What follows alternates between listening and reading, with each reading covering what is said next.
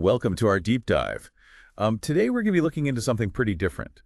The ancient laws of sacrifice from the book of Leviticus Chapter 7. Oh, wow. We're using the King James Version here. Yeah, And I know it might not sound like your typical deep dive topic, right. but these laws have fascinated people for centuries. There's a lot more here than meets the eye.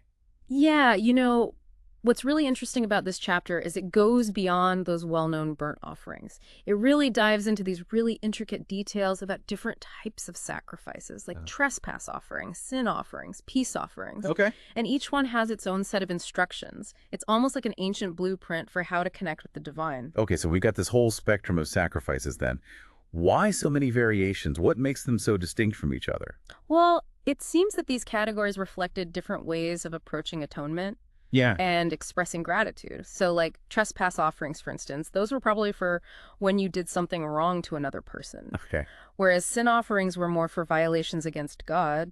And then peace offerings, those are more celebratory. They symbolized a restored relationship with God and a time for gratitude and feasting. So it wasn't just a one-size-fits-all approach to interacting with the divine. It was very specific. Exactly. It's really interesting to me because in both trespass and sin offerings, the person who's making the sacrifice doesn't actually get to have any of it.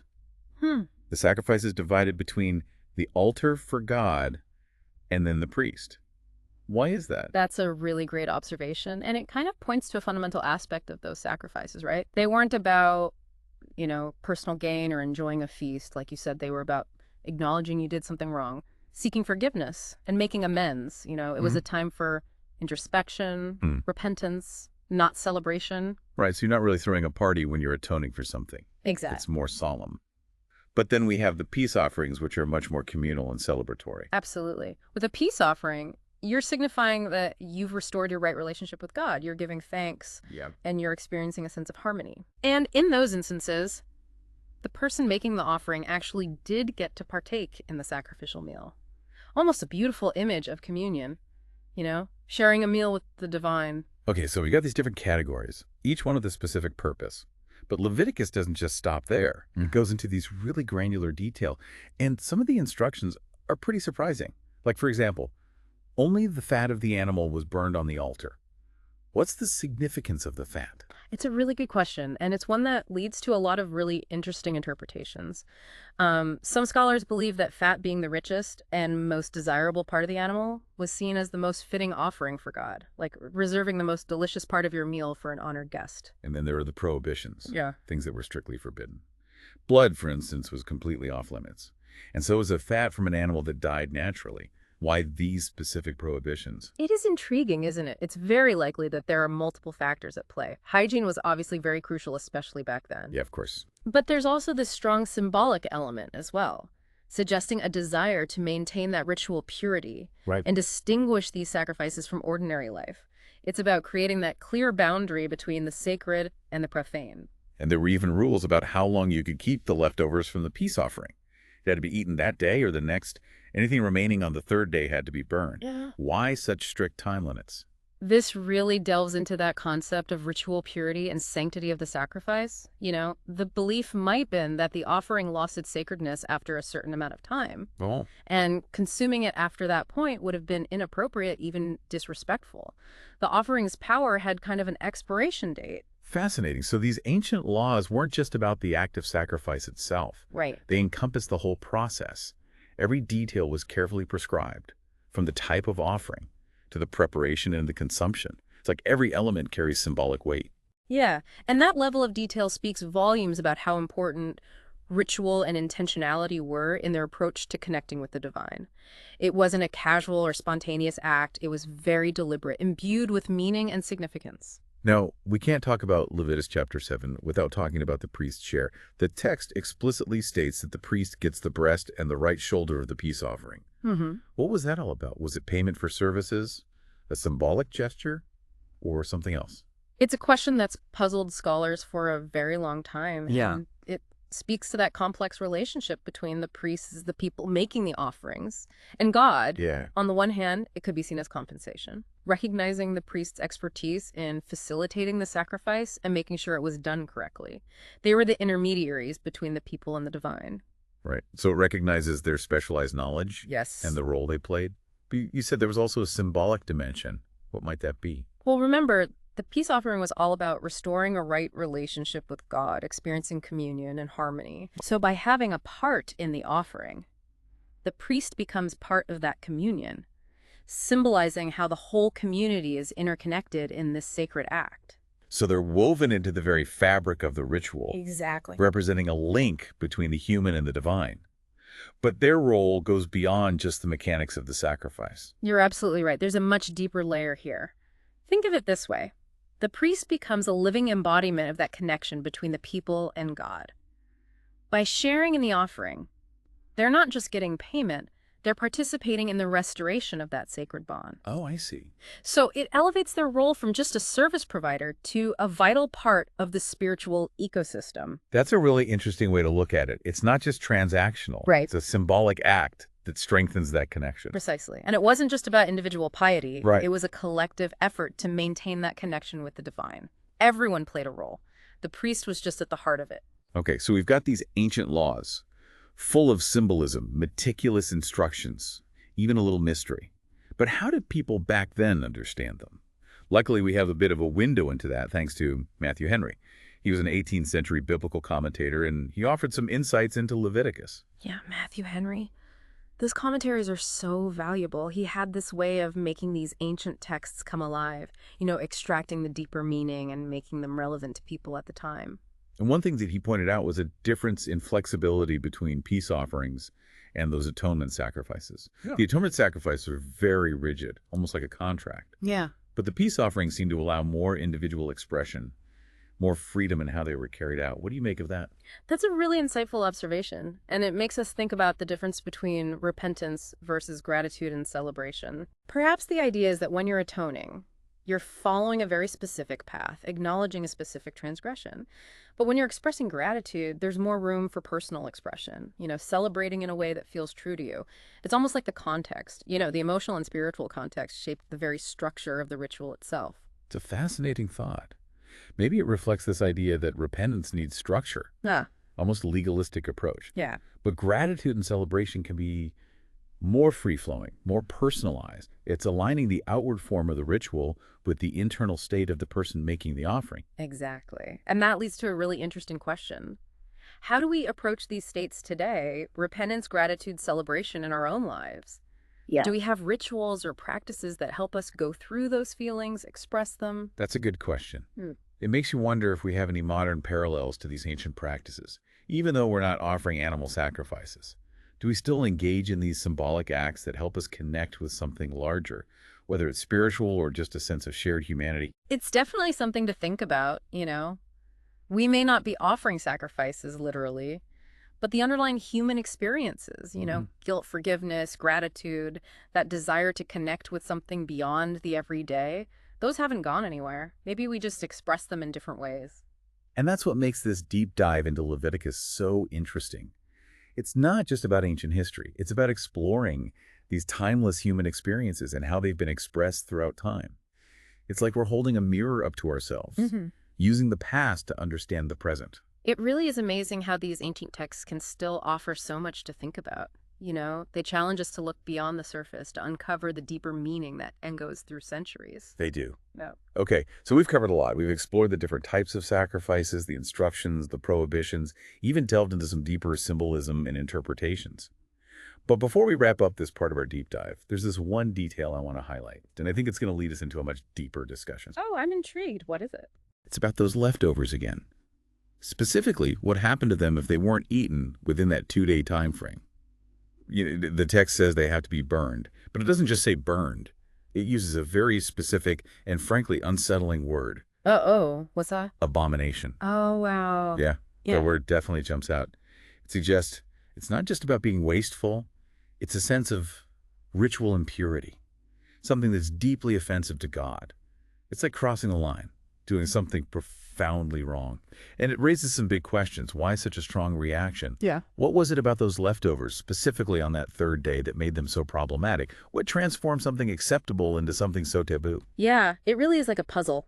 And that word abomination is a key piece. It can help us unlock a deeper understanding of their worldview. So we're left with a bit of a cliffhanger. Yeah. What did make those leftovers so taboo? We'll explore that and a lot more when we come back in part 2 of our deep dive into Leviticus. I can't wait. This is getting good. Me too. I'm ready. Stay tuned. Welcome back to our Leviticus deep dive.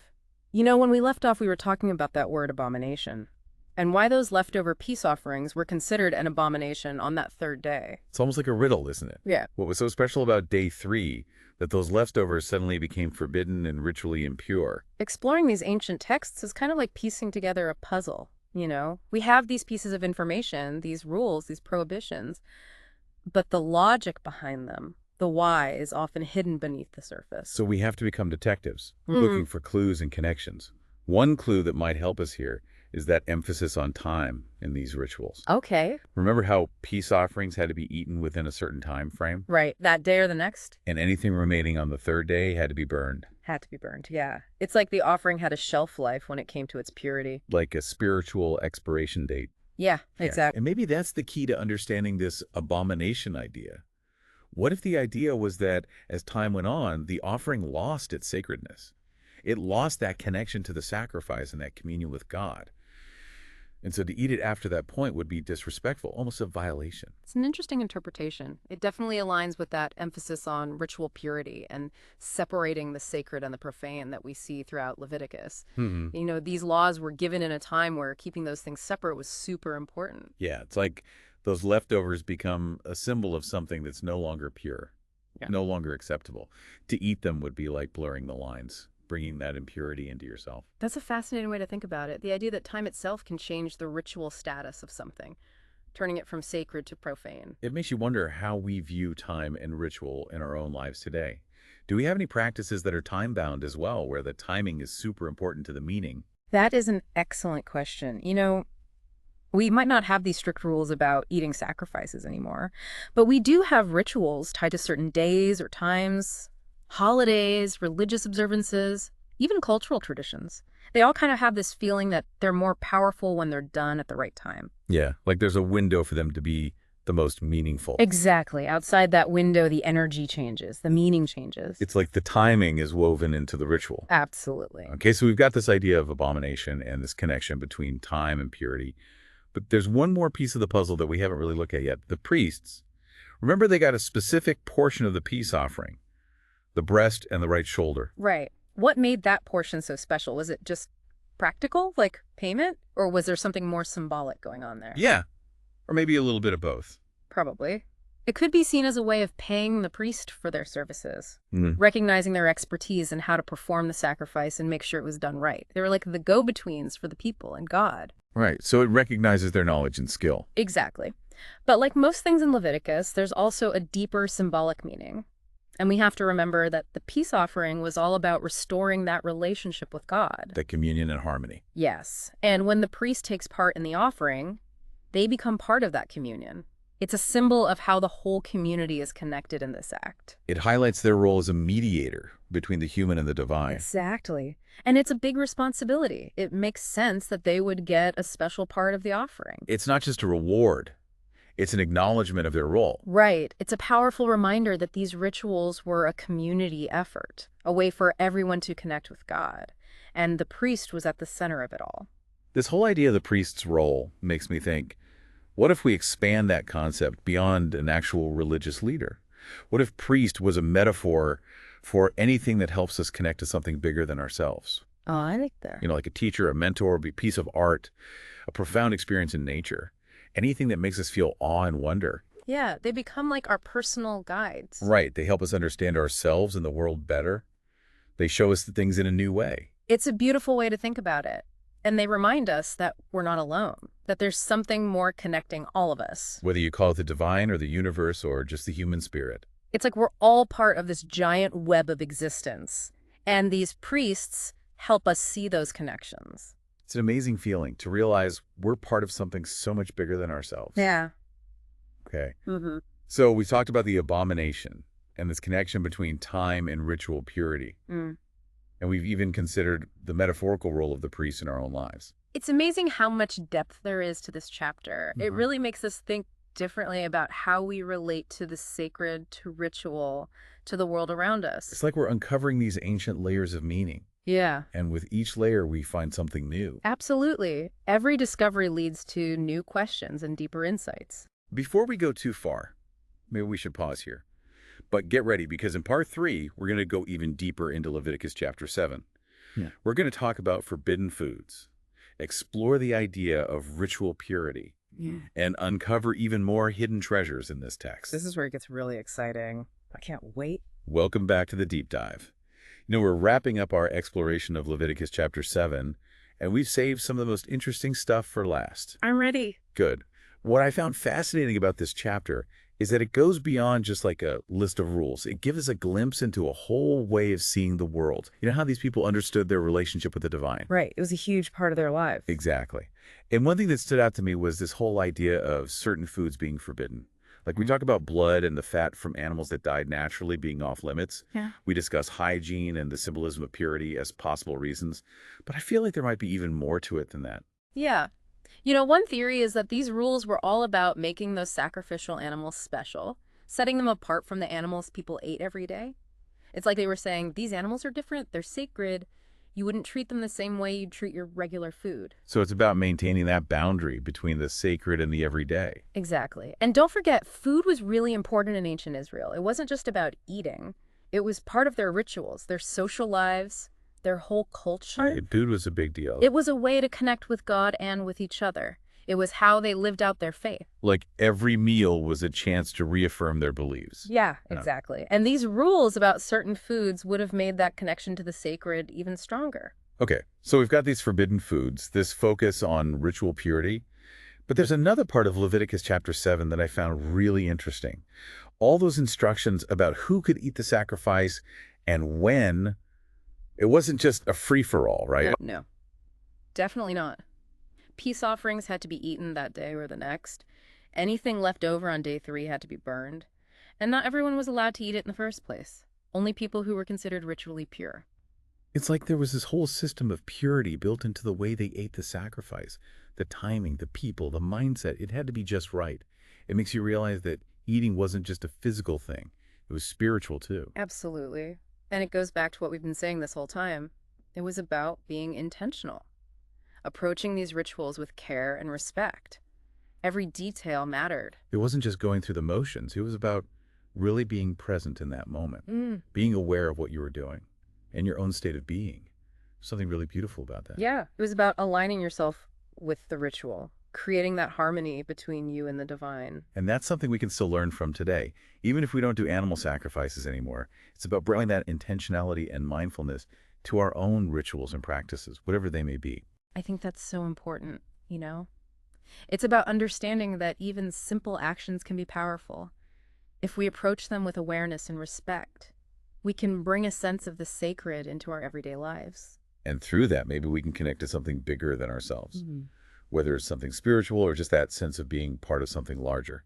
It's pretty amazing when you think about it. These ancient laws of sacrifice, they might seem so different from how we live today. Right. But they can still teach us so much about what it means to be human and the power that rituals have. You really can. It all comes back to that human need to connect to something beyond ourselves, to find meaning in what we do, and to live in a way that honors something greater. I think you're right. It's a part of who we are. So, as we wrap up our deep dive into Leviticus, I want to leave you with something to think about. Okay, I'm listening. We've spent all this time talking about the rules of sacrifice in ancient Israel.